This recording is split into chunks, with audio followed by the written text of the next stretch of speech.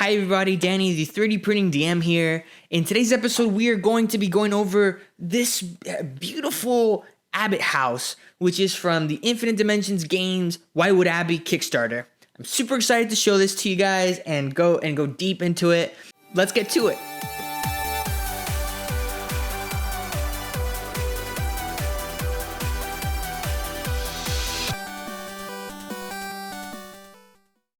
So full disclosure here before I get started going into the nitty gritty. I am a backer of Infinite Dimensions Games' current Kickstarter, Wightwood Abbey, and much like with the printable scenery wrecked ship I showcased last video, I reached out to the Infinite Dimensions team and I asked them if I could support their Kickstarter and print out something of theirs to show to the community.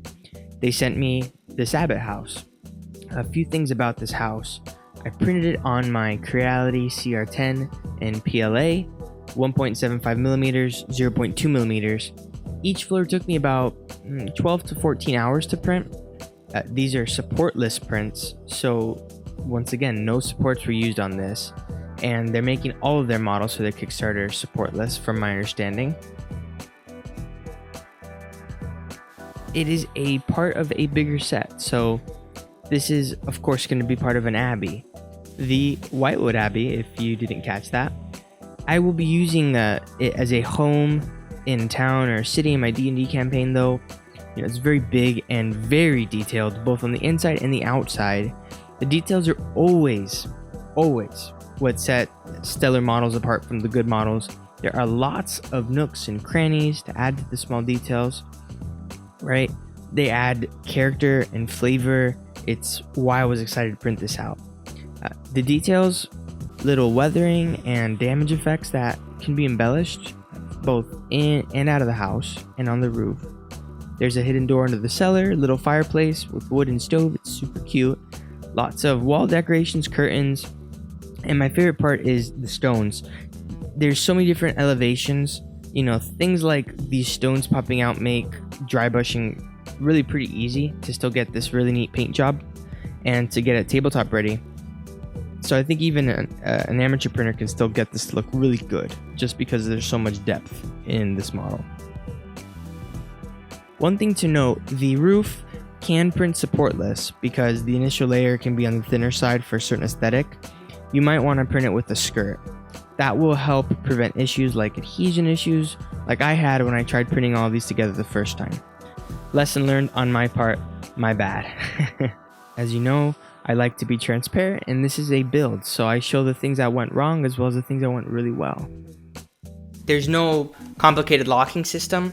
It's just these little like triangular pyramids and these little holes underneath that you can just kind of connect it, and they'll just kind of drop in and fit, and they're secure, right? But they come off easy, so not as sturdy as locks, but way faster and way simpler. There's a lot of stuff here that will make me as a DM say, oh, you know, that's cool, I can work with that, and give some things to your players to look at and engage them. And that's something that I think any DM that's trying to put stuff on the table really wants to do, is engage their players. Even though it's a huge house, it can still feel kind of cramped. You know, once you start putting things in there, just from personal experience, some people will still do it. If there's maybe one person living here, that's fine. But putting beds and all this stuff here, it's gonna start to fill up pretty quickly. And so any type of thing like that, built-in storage, it's awesome. Good touch, Infinite Dimensions. Love all the different textures here. It made it really fun and challenging to paint. Took me a very long time to paint this. It took me probably a good 3 days of painting for several hours, and I'm not a pro, so probably if I was pro it would be just as fast, but it took me a long time because it's such a big model and it's such a detailed model, but relatively simple, but it was worth it. And I know that to paint the entire set's gonna be interesting, but I'm excited about this. So again, I hope that this has been helpful for you. You've seen some of the struggles I had in painting this, but as well, you can see that it's a beautifully detailed model that I can see going in different ways. I can use it for a lot more than just an Abbot house, and I'm going to use it as a lot more than an Abbot house. It's going to go in my cities. It's going to go, it's going to go in my outposts, and I'm just going to use this as a great, just going to be part of my city build.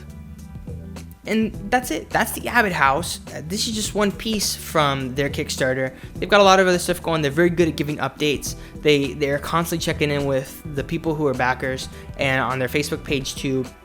They're very good. They're very nice at responding. James and Dao will get back to you pretty quickly.